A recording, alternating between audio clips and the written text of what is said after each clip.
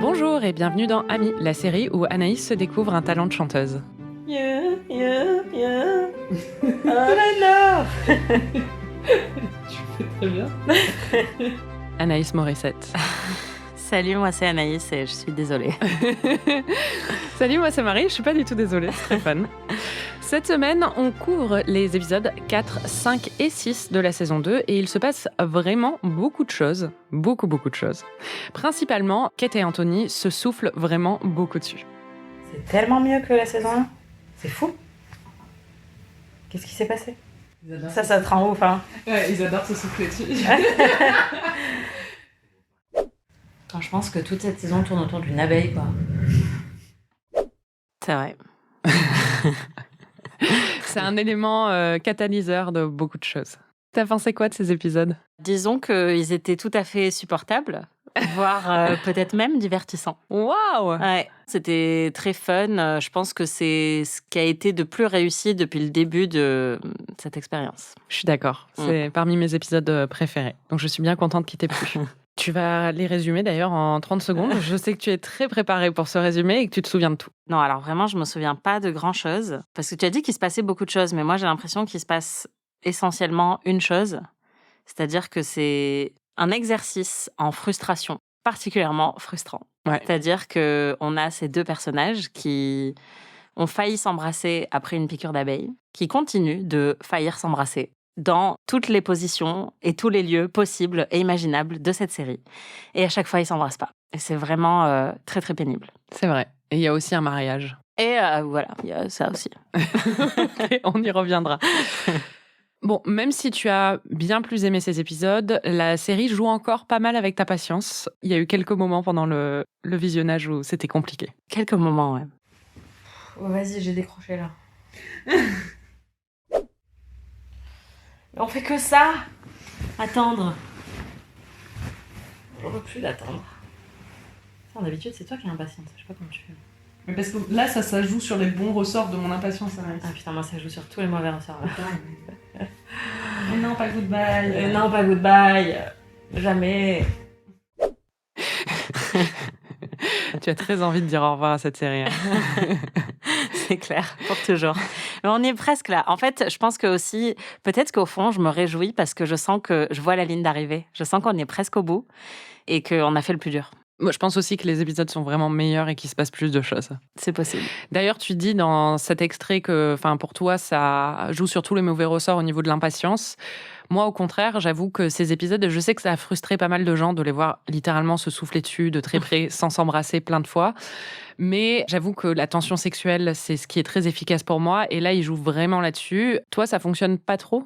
Je pense que ce qui me frustre le plus, c'est sans doute ce qui me frustre aussi un petit peu avec les quiproquos. Même si les quiproquos, il y a aussi la question de la malhonnêteté et de l'absence de vérité qui me frustre. Mais en fait, je pense que c'est des moments où les personnages n'arrivent pas à communiquer. Là, c'est clairement ce qui se passe. On l'entend, c'est-à-dire qu'ils se disent adieu alors qu'on sait qu'ils veulent pas se dire adieu. Ça fait 25 épisodes qu'ils se disent je vais partir, mais en fait, ils partent pas. Je t'aime pas alors qu'en fait, ils s'aiment. Et c'était un peu pareil dans la saison 1. Et ça me frustre parce que j'ai besoin que ce soit ancré dans une véracité psychologique un peu plus solide. Et là, je comprends pas pourquoi ces personnages n'arrivent pas à communiquer. Et c'est un peu pareil avec les quiproquos. C'est que c'est tellement gros, généralement, que tu dis mais non, mais là, en fait, ce serait réglé très facilement. Pour moi, la meilleure tension sexuelle, elle fonctionne quand tu comprends pourquoi ces personnages-là n'arrivent pas à s'avouer qu'ils s'aiment vraiment ou tu vois qu'il y a un obstacle qui est vraiment tangible. Et je trouve que là, dans les épisodes qu'on a vus, parfois c'est le cas. Et parfois, dans l'extrait qu'on vient d'entendre, j'étais agacée parce que je trouvais ça totalement ridicule qu'à ce moment-là, ils ne puissent pas s'admettre ou agir comme si ils avaient très clairement des sentiments l'un pour l'autre. Je suis d'accord. Ce qui est marrant, c'est qu'en fait, cette saison, elle a été très modifiée par rapport au livre. Dans le livre, en fait, après la piqûre d'abeille, je te l'ai pas dit la dernière fois, mais ça, je te l'avais précisé, il lui aspire, il lui suce le venin. Et qui sont surpris à ce moment-là, ils sont forcés de se marier. Et en fait, tout le reste du livre est très différent parce qu'eux, ils sont mariés et ils apprennent à s'aimer alors qu'avant, ils se détestaient, quoi. D'accord. Mais un peu comme la saison 1. Exactement. Le problème, c'est que dans un livre et dans un genre comme la romance où on a l'habitude de répéter toujours les mêmes schémas, ou en tout cas très souvent les mêmes schémas, c'est beaucoup plus acceptable que dans une série où la deuxième saison reprend exactement le même schéma que la première, où ils sont surpris dans une position compromettante et du coup, ils doivent se marier. Et donc, ils ont changé complètement le déroulé des épisodes et de la saison. Ce qui fait qu'ils orchestrent un peu une tension qui n'était pas dans l'histoire d'origine et ils vont très loin même à faire durer le suspense dans le triangle amoureux. Enfin, ça défie un petit peu l'entendement, même beaucoup parfois. Et c'est un peu la critique que j'ai par rapport à cette saison. Mais après, pour moi, c'est tellement efficace au niveau des moments, justement, des scènes de tension sexuelle que c'est pas grave, ça fonctionne, quoi.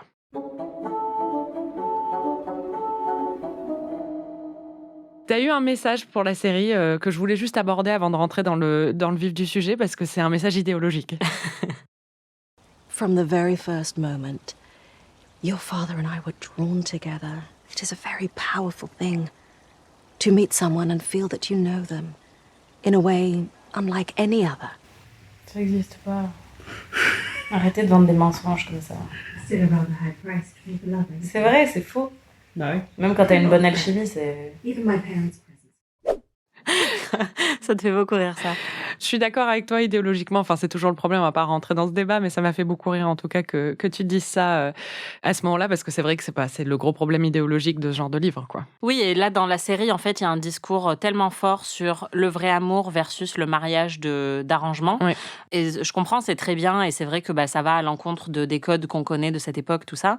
Du coup, ils en font un peu des caisses dans ce sens-là, parce que pour que ce soit le vrai amour, il faudrait aussi que ce soit le vrai amour dès les premières secondes. Alors que je veux bien que c'est pas non plus hyper romantique de se dire je vais épouser quelqu'un que j'aime pas ou qui m'attire pas, et puis peut-être qu'au bout de 40 ans, je commencerai à avoir de l'affection pour lui. Non, ça, c'est pas cool. Mais oui, ça m'énerve, cette hypocrisie-là. Il y avait un autre point que je voulais aborder avant de passer aux détails de l'intrigue, c'est que tu m'as posé la question plusieurs fois. Les deux sœurs s'appellent Didi et Bonne. Se surnomme. Oui, se surnomme. Edwina surnomme Kate Didi et Kate surnomme Edwina Bonne. Et tu me demandais d'où ça venait. Surtout que c'est comme si moi, tu me surnommais Popo, alors que je m'appelle Anaïs. Tu vois, c'est genre, j'étais là, quel est le lien? Alors, j'ai demandé à une amie qui est indienne si en hindi, ça voulait dire quelque chose. Et elle m'a dit qu'en bengalais, en fait, Didi veut dire sœur et Bonne veut dire petite sœur. Donc, elle s'appelle grande sœur et petite sœur, et c'est assez répandu d'utiliser ces marques de respect aussi dans la famille, dans une fratrie. Donc ça vient de là, et c'est un autre clin d'œil justement à leurs origines que la série a voulu faire, et moi je trouve ça assez bien, et ça caractérise bien leur relation aussi dans ces moments-là, quoi. Ouais.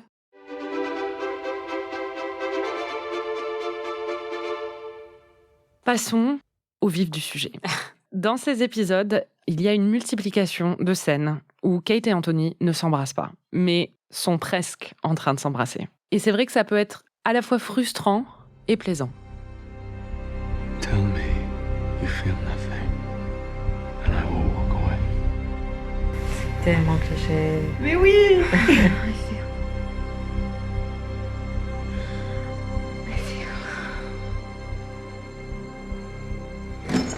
Oh là là.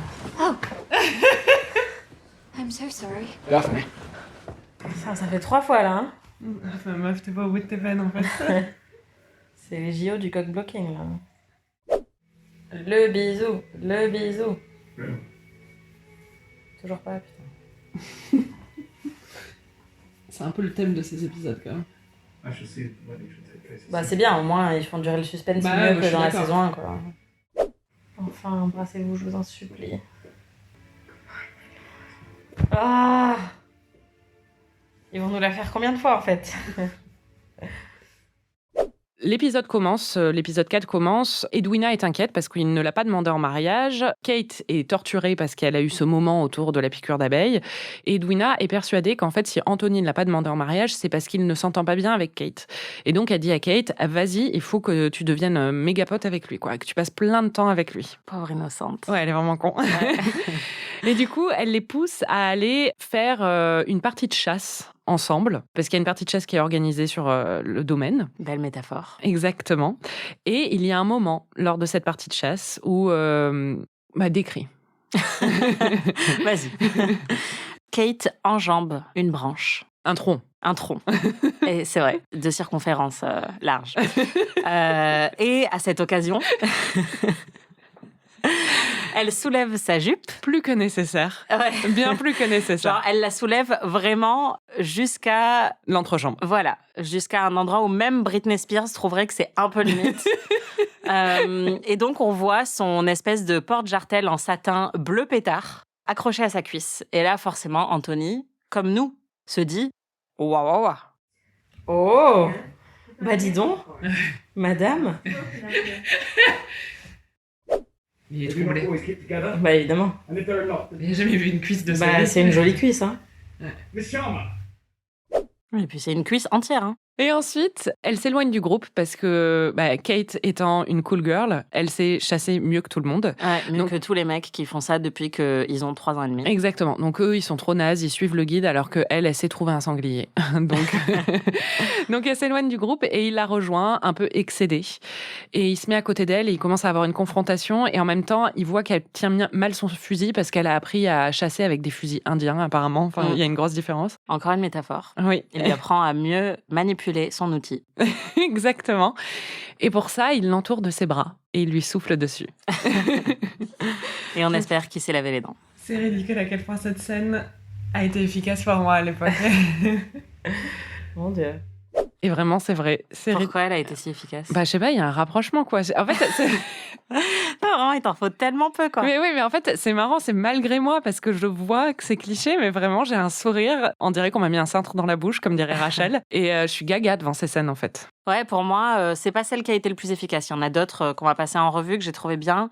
Celle-là, ouais, pour moi, j'avoue que c'était très générique, quoi. J'avais tellement l'impression de l'avoir déjà vu que... Oui, mais c'est comme quand le mec apprend à tenir une batte de baseball à la meuf, ou lui apprend à tenir un... C'est dans Oui, toutes c'est les... chiant. Oui. Enfin, moi, j'aime pas. Moi, j'aime bien parce que c'est un peu genre, je prends une excuse pour te toucher, tu vois. Je pense que c'est peut-être...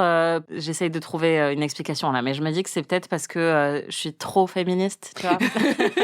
Oui, en même temps, c'est vrai que c'est pénible d'avoir un mec qui mansplain un truc. Oui, je pense que si tu le renversais, par exemple, ça me plairait beaucoup plus. Si Oui, tu oui. renversais les genres dans ce genre de scène. Ça aurait été pas mal, là.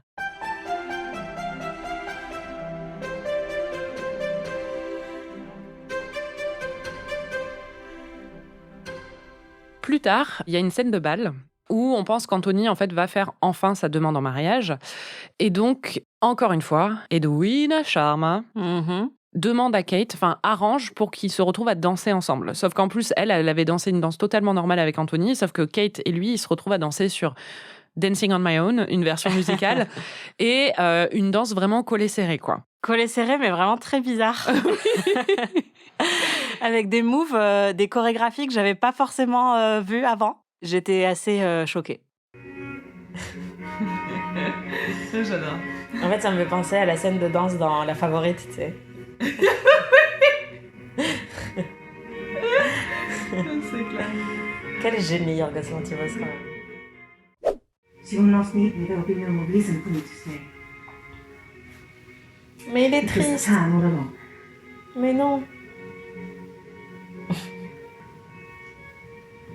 Oh, ouin ouin.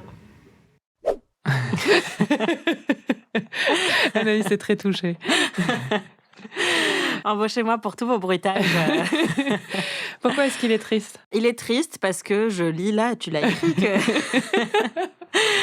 que Kate lui dit qu'elle compte rentrer en Inde après le mariage de sa sœur. Et encore une fois, voilà, on sait très bien que ça ne va pas être le cas, mais lui, il est hyper triste parce qu'il se dit « Oh non, je l'aime tellement, cette femme, et elle va partir très très loin. L'Inde, c'est loin, je la verrai plus jamais alors que je l'aime. » Et en même temps, il veut pas se l'admettre à lui-même. C'est ça le truc, c'est qu'il est sur le point de demander sa sœur en mariage, mais il se dit, il a une réaction un peu épidermique. Je t'explique un peu pourquoi c'est émotion.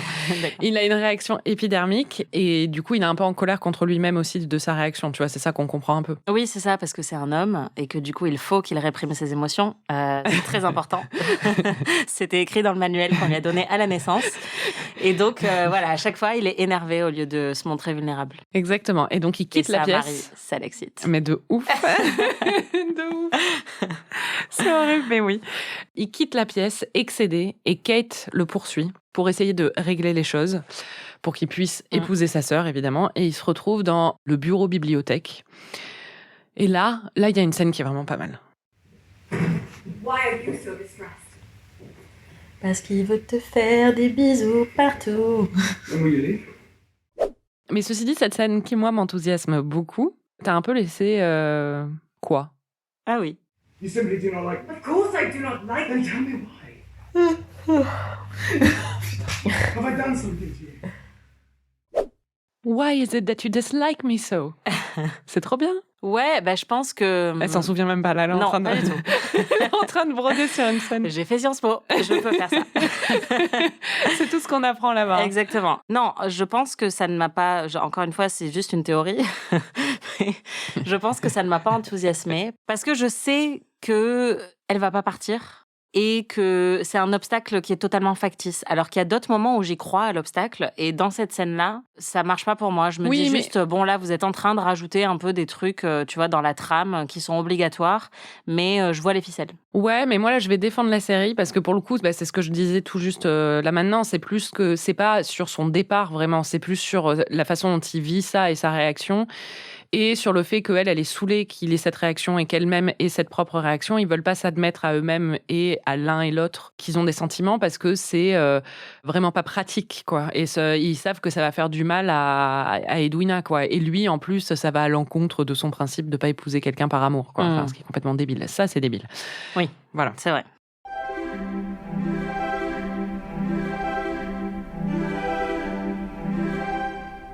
Dans plusieurs de ces scènes de rapprochement, il y en a vraiment beaucoup dans ces épisodes et c'est ça qui les ponctue et qui les rend vraiment assez fun à regarder.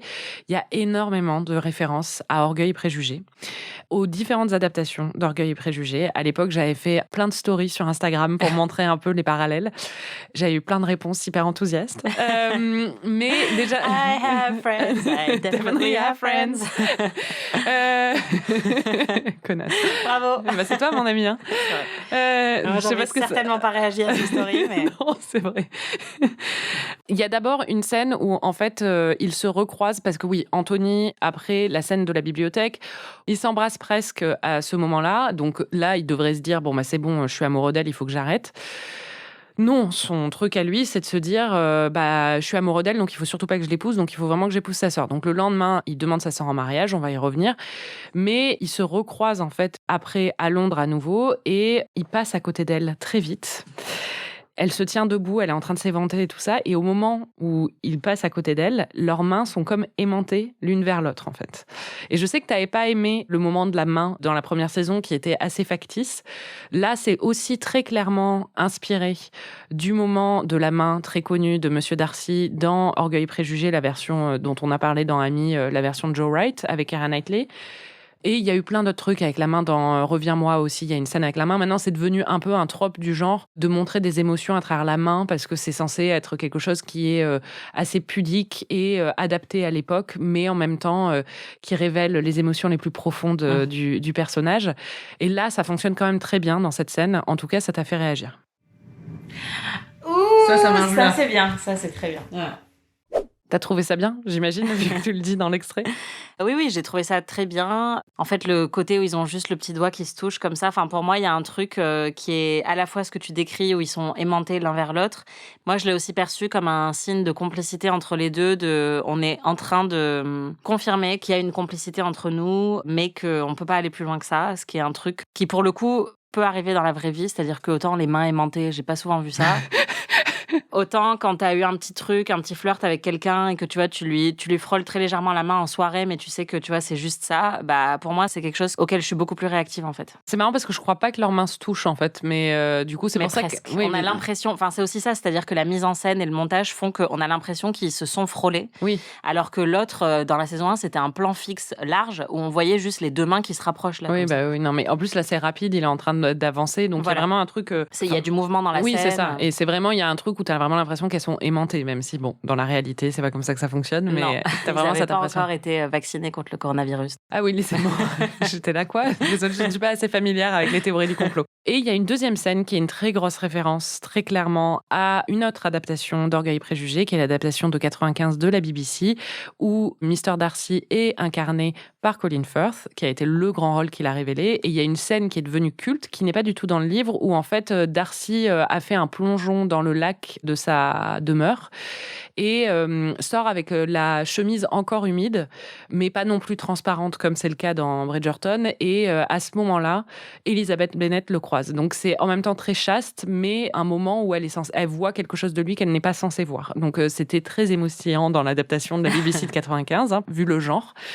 Mais là, c'est dans une scène au bord d'un lac où en fait Anthony tombe avec quelqu'un d'autre dans le lac avec un autre mec. C'est à la fois très efficace et Pas assez. Pas assez. Oh, ça c'est bien. Ça, tu trouves ça bien ? Pourquoi tu trouves ça bien ? Bah parce qu'il s'impose face à l'autre, il est en train de montrer qu'il a un intérêt pour elle, quoi. Et en plus, il se touche, c'est bien.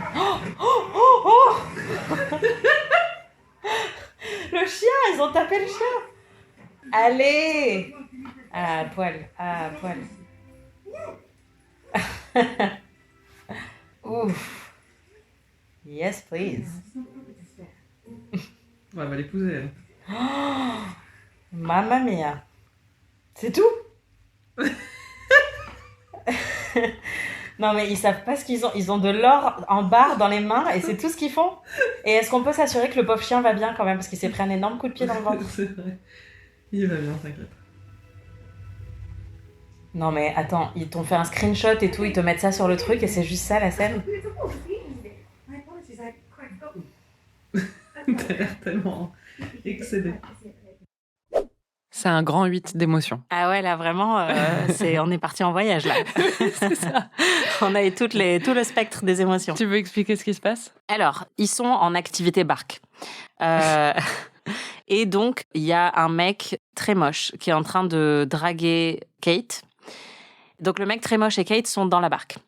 Et à ce moment-là, Anthony arrive et il coupe le passage au mec très moche pour aider Kate à sortir de la barque. En gros, il lui coupe un peu la priorité. Il dit non, excusez-moi. Il était hyper jaloux. Il les regardait de loin, il fulminait, quoi. Voilà. Et donc ça, j'ai bien aimé, c'est la réaction qu'on entend au début parce qu'il est un peu en train de s'affirmer face à celui qui est très clairement son rival.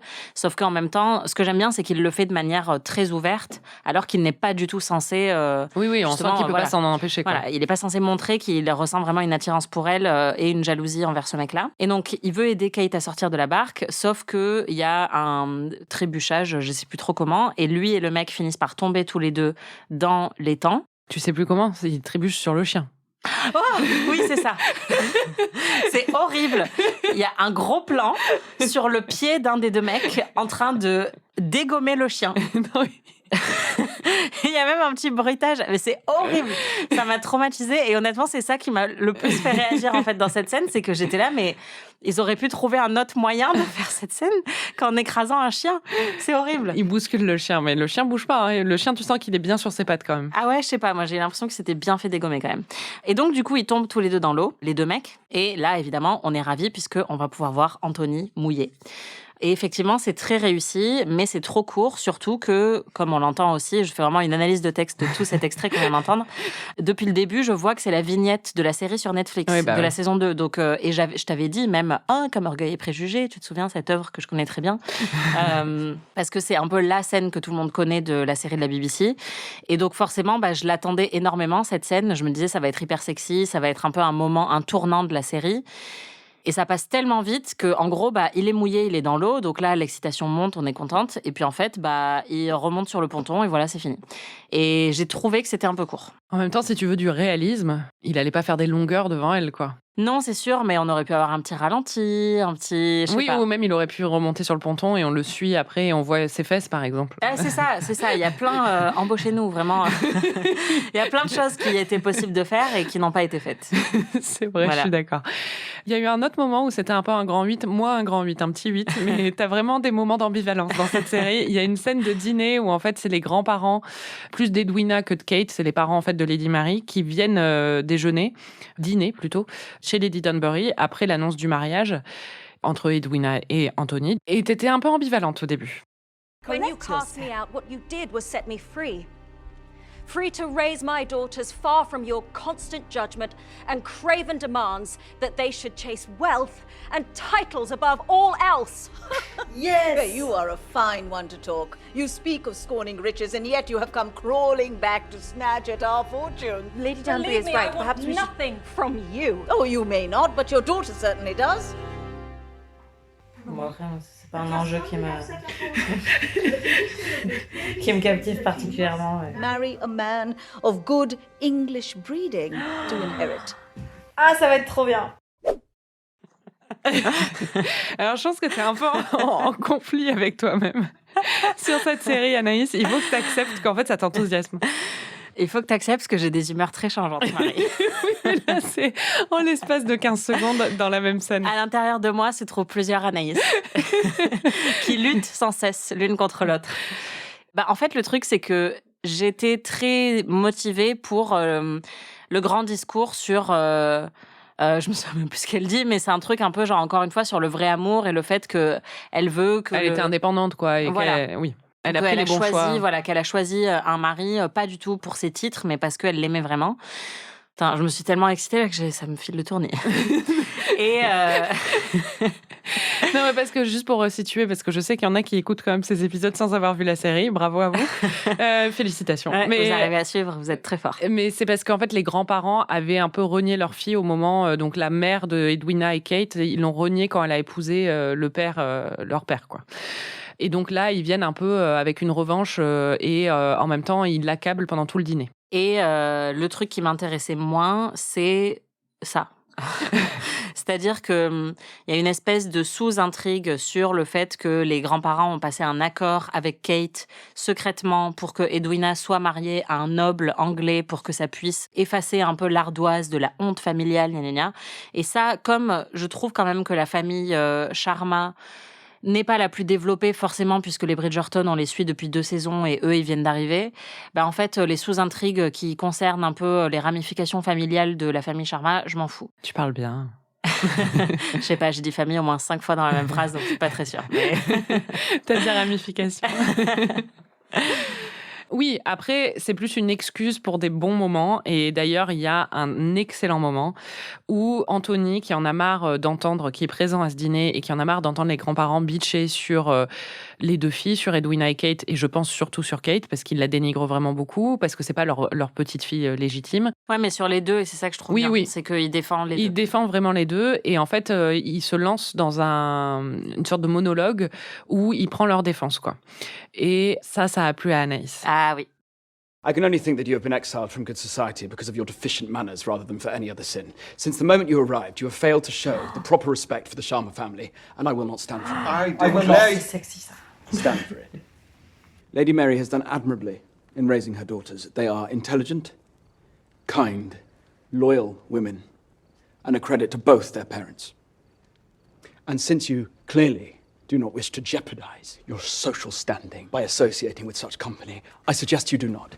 You may leave at once. You cannot be serious. Please be so kind as to send for Lord and Lady Sheffield's carriage. They can wait outside. And do not trouble yourself waiting for an invitation for the wedding, for you shall not receive one. This is beyond the pale. Ah, c'était magnifique. C'est hot, hein? Ah ouais. En fait, tu peux me montrer toutes les scènes de ils se soufflent dessus autour d'un fusil et ils ont une attirance physique très forte, tout ça, je veux bien. Mais là, en fait, ils défendent leur intelligence et leur droiture morale et je trouve ça plus sexy. C'est très beau. Ça en dit beaucoup sur toi et que des bonnes choses. Même s'il t'a impressionné dans ce moment-là, Anthony, il y a quand même pas mal de fois dans ces épisodes où il t'a un peu saoulé. On va l'entendre. Mais non, il a promis qu'il n'aimerait jamais. Oui, bon, tout ça à cause d'une poissonnière qui chantait mal. Mais non, c'est à cause parce qu'il a vu sa mère souffrir là pendant des mois après la mort de son père. Oui. Il veut pas souffrir comme ça ou infliger ce genre de souffrance. Oui, c'est naze, mais bon. Mais il faut qu'il arrête, lui, là. À chaque fois qu'une femme a une opinion ou lui parle, il boude. Ça va, là? Parce qu'elle lui dit la vérité, il veut pas l'entendre. Oui, il va falloir qu'il aille lire quelques comptes Instagram féministes, lui, hein. Tu penses quoi de son personnage, Anthony? Je pense pas que ce soit un excellent personnage. Je pense que l'interprétation et le choix du casting jouent beaucoup dans le fait que c'est un lead romantique qui est plaisant à regarder et vraiment, j'apprécie beaucoup cette saison par rapport à la précédente. Mais en termes d'écriture, je trouve qu'il y a des faiblesses dans la manière dont le personnage est écrit. Il a vraiment pas une complexité fulgurante. Et il y a même parfois des espèces de petites incohérences ou, enfin, comme tu le pointais dans l'extrait qu'on vient d'entendre, son truc de « je refuse l'amour », à ce point-là est un peu mal écrit. Enfin, je trouve que c'est pas totalement justifié dans la série. Après, le côté macho, ça, je peux totalement l'entendre, mais c'est vrai que du coup, c'est un peu déplaisant de le voir toujours s'agacer à chaque fois qu'il y a une meuf qui lui dit la vérité, parce que c'est sa mère, sa sœur, Kate, vraiment toutes les meufs autour de lui. Il exprime souvent une certaine impatience et parfois une certaine condescendance envers elle que je trouve agaçante, mais il a tellement de charme, en fait, cet acteur, que ça passe malgré tout. Oui, je suis d'accord. Et je pense que sur le côté, le raisonnement sur il veut pas se marier par amour, le raisonnement qui fonctionne pas sur le long terme, c'est aussi dans le changement de narration du livre à la série, où ils ont gardé le même raisonnement initial, c'est-à-dire il veut pas se marier par amour et tout ça. Mais comme il le pousse beaucoup plus loin, il y a des moments où t'es là, vraiment, au bout d'un moment, marie-toi par amour, parce que t'es vraiment hyper amoureux d'elle. Donc, ça fonctionne moins bien à ce niveau-là. Mais ceci dit, Jonathan Bailey est tellement beau et charismatique que pour moi, c'est pas un problème. Je sais qu'il y a des problèmes narratifs, mais tu passes outre. Je relisais les textos que j'avais partagés avec 2 amis à l'époque et on était complètement folles, furieuses en regardant ces épisodes, quoi. On s'envoyait des textos en disant j'ai une amie qui m'avait envoyé comment puis-je vivre sans sa mâchoire serrée ou des trucs comme ça. Ça va trop loin. Voilà, mais en tout cas, il arrive à provoquer un effet quand même sur moi, mais pas que sur moi, sur au moins 2 autres amis, mais sur je pense plein de spectatrices et peut-être aussi des spectateurs, parce qu'il a beaucoup de charme et heureusement que c'est lui qui joue. Enfin, si ça avait été un acteur de l'acabit de Roger Jean Page qui avait joué ce rôle-là, ce serait vraiment insupportable. D'ailleurs, j'en profite pour saluer mon amie Elena, qui m'a écrit quand elle a vu ce qu'on disait sur le Duc dans la saison 1 et qui était outrée. Vraiment très choquée par notre appréciation du Duc. Elle m'a dit « Il a un charisme électrique, tu te prends une décharge à chaque fois qu'il te regarde !» Elle parlait du Duc. Hein. Ouais, agree to disagree. Hein. Ouais. Mais il y a plein de gens qui pensent ça, mais il est juste beau, quoi. Voilà, mais bon, au moins, je voulais exprimer son opinion. Qui est une opinion de beaucoup de gens, donc c'est bien de donner un peu la parole.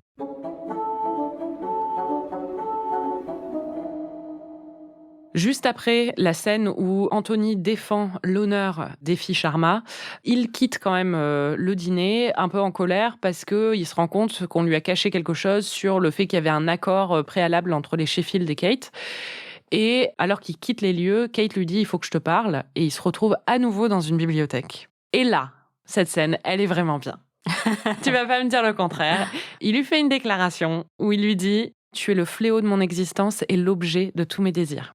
C'est très bien écrit et c'est ce qui manquait à cette série depuis le début. Donc là, oui, je reconnais que c'est une déclaration qui est extrêmement bien écrite et c'est bien joué, c'est bien monté. Enfin, il y a tout qui va. You have made this match impossible. But I am leaving for India. And it is not far enough. Do you think that there is a corner of this earth that you could travel to far away enough to free me from this torment? I am a gentleman. My father raised me to act with honor, but that honor is hanging by a thread that grows more precarious with every moment I spend in your presence. Ah, magnifique. C'est bien, hein? Ouais. You are the bane of my existence. Ah.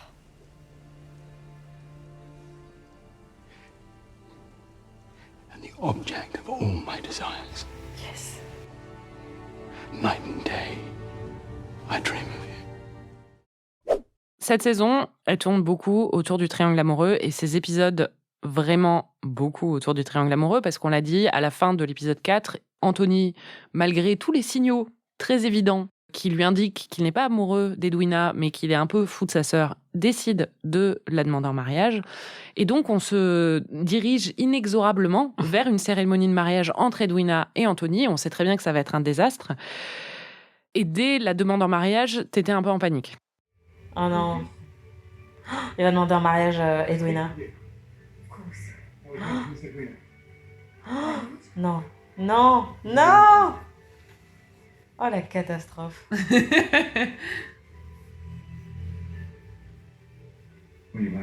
Oh. Aïe aïe aïe.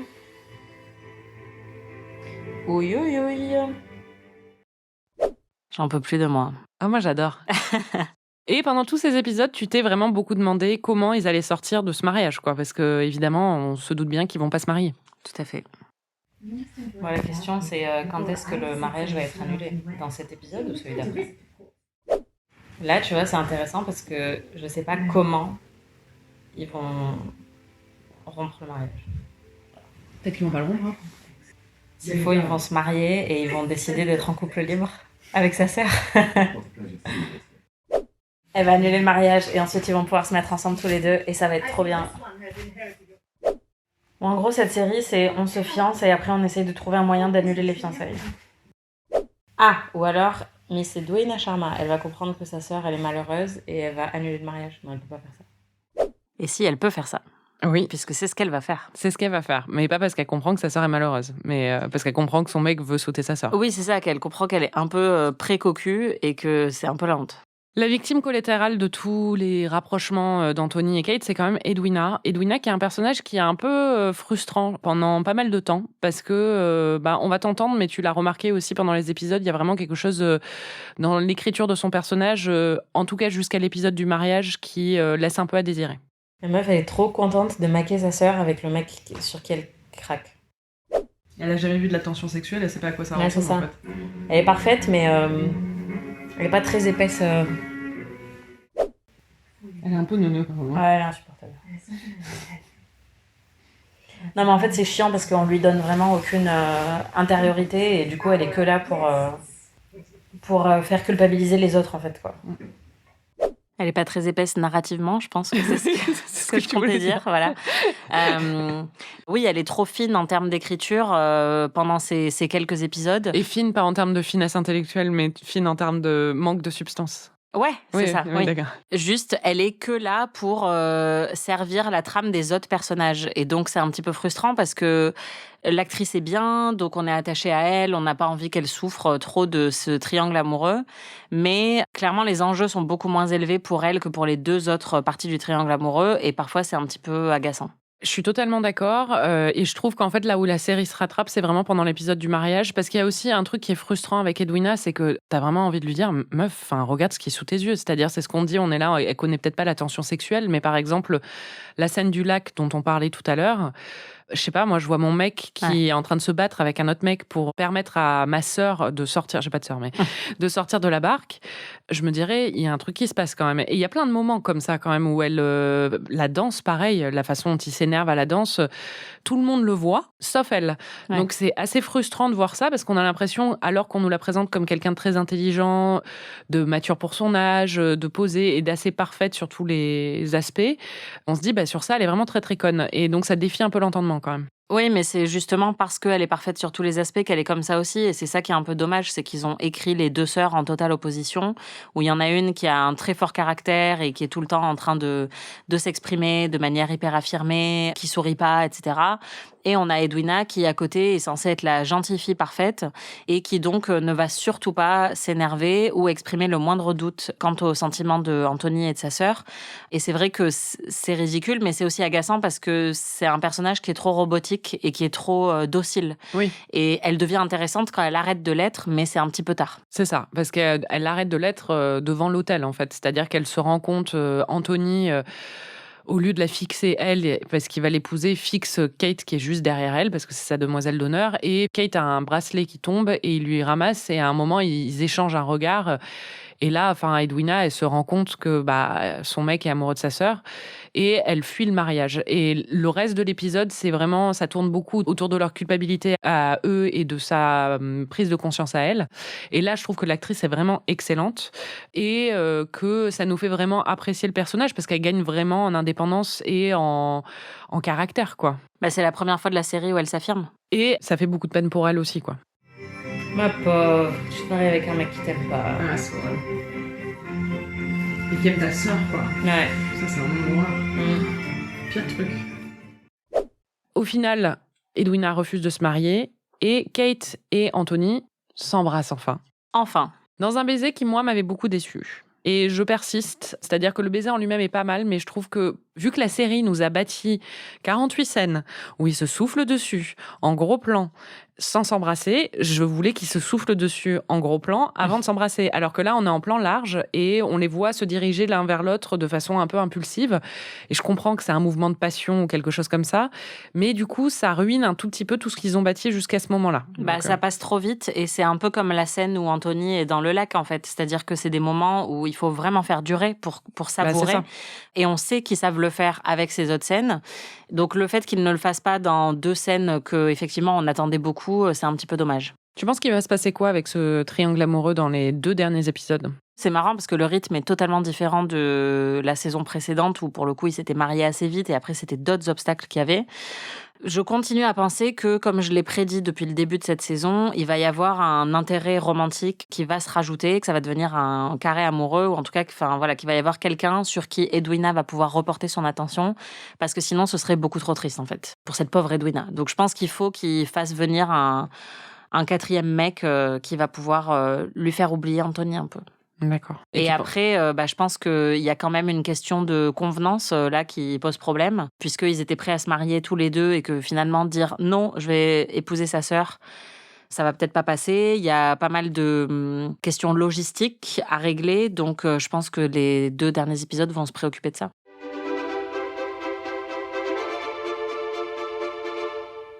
L'autre grande source de divertissement de ces épisodes, peut-être ta plus grande source de divertissement pour toi, ce sont les Featheringtons, que tu aimes toujours autant. Je les adore. Franchement, elle est trop fun, cette famille. C'est tous des manipulateurs ou des idiots, ou les 2.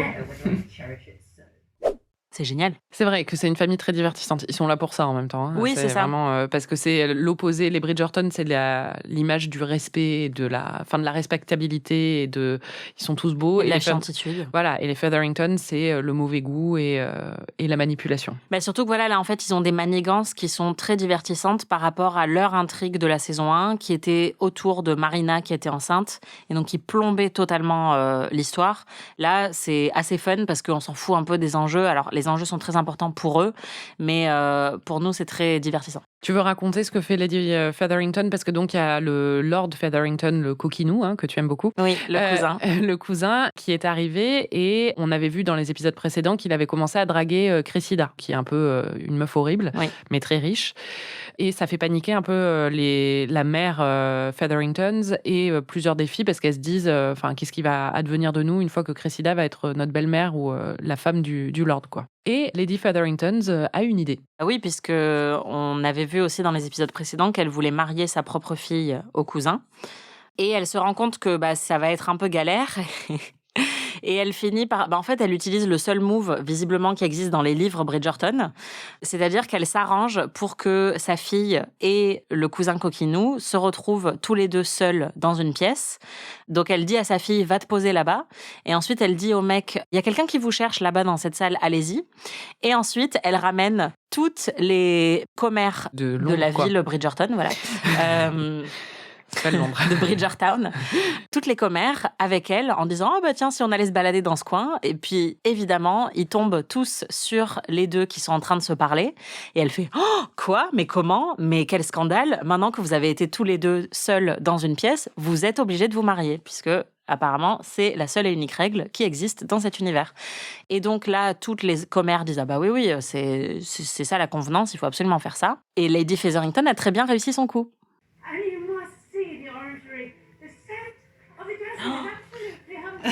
Elle est géniale.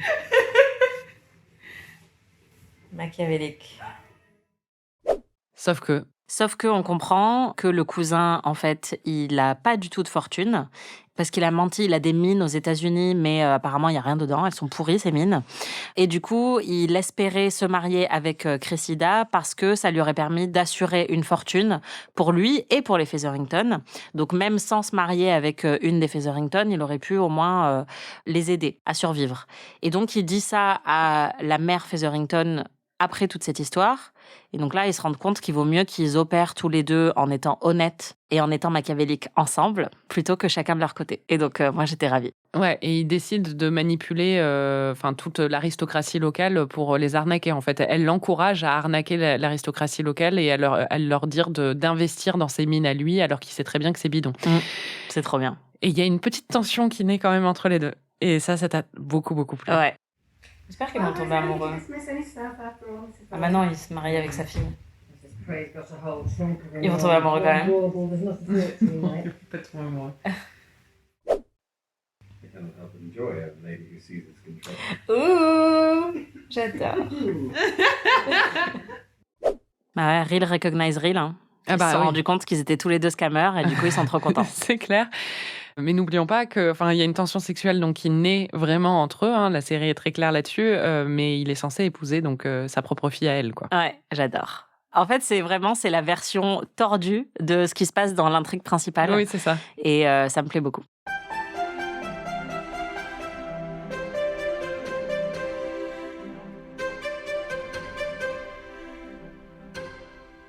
Petit point Bénédicte, petit point Béné, quand même, il faut. On le voit un peu moins dans ces épisodes, mais ces quelques apparences ont quand même été remarquées. Toujours.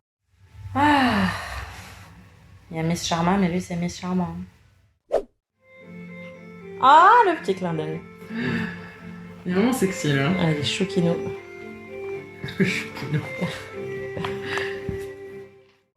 Bah, il est chouki et il est coquinou, donc il est chouquinou. Qu'est-ce qui se passe avec Bénédicte dans ces épisodes ?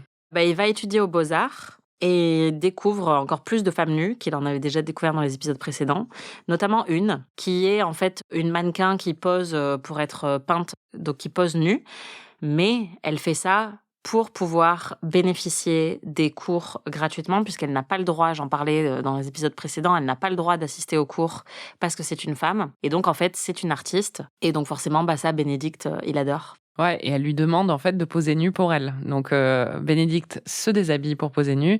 Et ensuite, on a le droit à une scène de sexe où ils sont tous les deux très beaux. Voilà. Oh, c'est Béné. Ouais. Ça va, hein, il est... Ah oui, ça va très bien. Oui. Ça va parfaitement bien. Putain, elle aussi. Elle est en CGI ou quoi ? C'est pas possible d'être aussi bien foutue. J'avais oublié. Mais ça me revient maintenant. Héloïse aussi a le droit à une petite romance. Oui, pour le coup, beaucoup moins charnelle et beaucoup plus intellectuelle. Ouais, mais ça t'a plu aussi le côté intellectuel, justement. Elle rencontre en fait Elle l'avait déjà rencontré dans les épisodes précédents, mais là, leur relation se poursuit. J'avais prédit. En même temps, bon... un mec hyper mignon. À chaque fois qu'on parle de mes prédictions, tu peux arrêter de dire, bon, en même temps, c'était trop basique. Quoi. Excuse-moi, il y a un mec hyper mignon qui arrive dans son champ de vision et d'un coup, elle va évidemment partager des choses avec lui. C'est un mec qui travaille dans l'imprimerie et qui écrit aussi des pamphlets politiques. Et elle le retrouve dans une espèce de... J'allais dire un séminaire, mais non. Dans une espèce de manif féministe. Et puis après, il se retrouve à nouveau. Elle lui fait une petite déclaration. C'est assez cute. Elle va croiser machin truc. Ah, trop bien. Sexy. C'est comme Royal Affair. Ah oui. La séduction par la pensée. C'est ce qu'il y a de mieux. Tu penses qu'il va se passer quoi ? Je pense que si la prochaine saison est dédiée à Penn et Colin et qu'ils font une saison par personnage de la famille Bridgerton, j'imagine qu'ils peuvent pas trop développer cette tension-là maintenant, puisqu'il y aurait à un moment une saison sur Héloïse. C'était Ami. Merci Anaïs. Merci Marie. Vous pouvez retrouver tous les épisodes d'Ami sur Slate Audio ou votre plateforme de podcast préférée. La semaine prochaine, on regarde les 2 derniers épisodes. Enfin ouais. Les 2 derniers épisodes de Bridgerton. En tout cas, les 2 derniers épisodes de la saison 2, parce qu'une saison 3 va bientôt sortir et peut-être que on reviendra pour la regarder. N'hésitez pas à regarder la série en même temps que nous. Elle est disponible sur Netflix et à partager vos impressions sur les réseaux sociaux. Et vous pouvez aussi écouter notre autre podcast PIC TV où on analyse l'actualité des séries. Si vous avez aimé cet épisode, vous pouvez nous laisser 5 étoiles et un petit commentaire ou vous pouvez nous hyper auprès de tous vos amis. On se retrouve la semaine prochaine pour de nouvelles aventures. Salut! Ami est un podcast d'Anaïs Bordage et Marie Telling, produit par Slate Podcast. Direction éditoriale Christophe Caron. Production éditoriale, prise de son et réalisation Aurélie Rodriguez. Musique Victor Benamou. On l'a compris, tu as exploré tes talents de chanteuse. Oui. À de nombreuses reprises pendant ces épisodes. Je pense qu'on peut faire un album avec toutes les Les fois où j'ai chanté devant Bridgerton. On peut, mais veut-on? Ouais, c'est ça. I'm in the corner, watching you kiss her. Là, vous avez exactement ce qui s'est produit le soir de mes 31 ans avec Marie. J'en souviens très bien, on a hurlé cette chanson. Oui, en fait, le soir de tous mes anniversaires. 31 ou 30 ans? Aussi 30. D'accord. Tous mes anniversaires. T'as eu une remarque très pertinente sur le slut-shaming de cette époque. Le problème, c'est que tu peux pas être une fille râteau. T'es juste une salope. Ah oui, bah ça c'est sûr. Alors vraiment, toutes mes excuses. Je ne cautionne pas du tout l'emploi de ce terme. Mais c'est vrai que c'est assez bien résumé quand même. C'est comme ça que la société le perçoit, en tout cas. C'est ça que tu voulais dire, ouais, évidemment. Tout à fait. Il y a un petit caméo d'un de nos personnages de série préférés de tous les temps. Oui, bah c'est aussi la raison pour laquelle j'ai chanté Behind Blue Eyes. C'est parce que on a Anthony Stewart Head qui joue Rupert Giles dans Buffy, qu'on aime beaucoup, et qui a un moment très choukinou dans Buffy où il chante Behind Blue Eyes. Et où on se rend compte que Giles n'est pas qu'un bibliothécaire hyper cool, mais c'est aussi un homme. Un homme sexy. Voilà. Mais oui, dans ces épisodes-là, il joue le Sheffield, en fait, le grand-père d'Edwina. Il joue pas un personnage très sympathique, mais ça fait quand même toujours plaisir de le revoir. Tu le reconnais? Je vais même pas regarder. Oh, c'est Rupert Giles. No one knows what it's like to be the bad man. On ne m'arrête plus. Il y a aussi un truc que vous découvrez à travers ces nombreuses chansons et cette saison d'amis, c'est que plus je chante, plus c'est un signe de fatigue chez moi. Mais on avait fait un test, un quiz, je sais pas si tu te souviens, dans la première saison d'amis, où c'était une des questions, c'était qu'est-ce que tu fais quand t'es fatiguée au travail? Et j'avais mal répondu. Voilà. Tu t'étais vraiment vexée. Tu l'as dit, tu aimes beaucoup Lady Dunbury.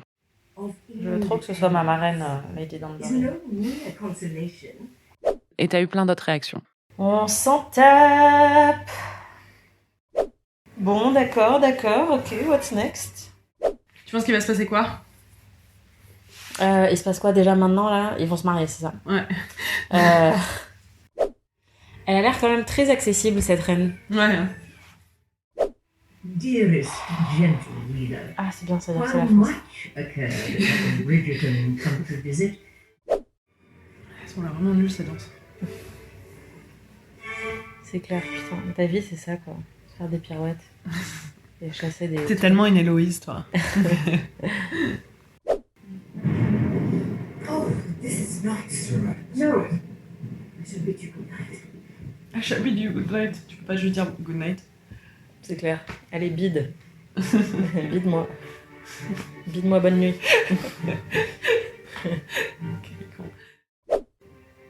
Oh, c'est la cata. J'adore les mariages qui se passent mal. Et tu vas bailler longtemps comme ça? Désolée, je suis fatiguée. Dès que je dis Bridgerton, c'est un effet narcoleptique sur moi, quoi.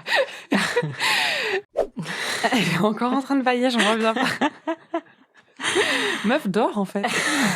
J'essaye vraiment, de toutes mes forces. Pense à Bridgerton quand tu vas au lit et peut-être que ça fonctionnera. C'est clair, putain, nouvelle astuce.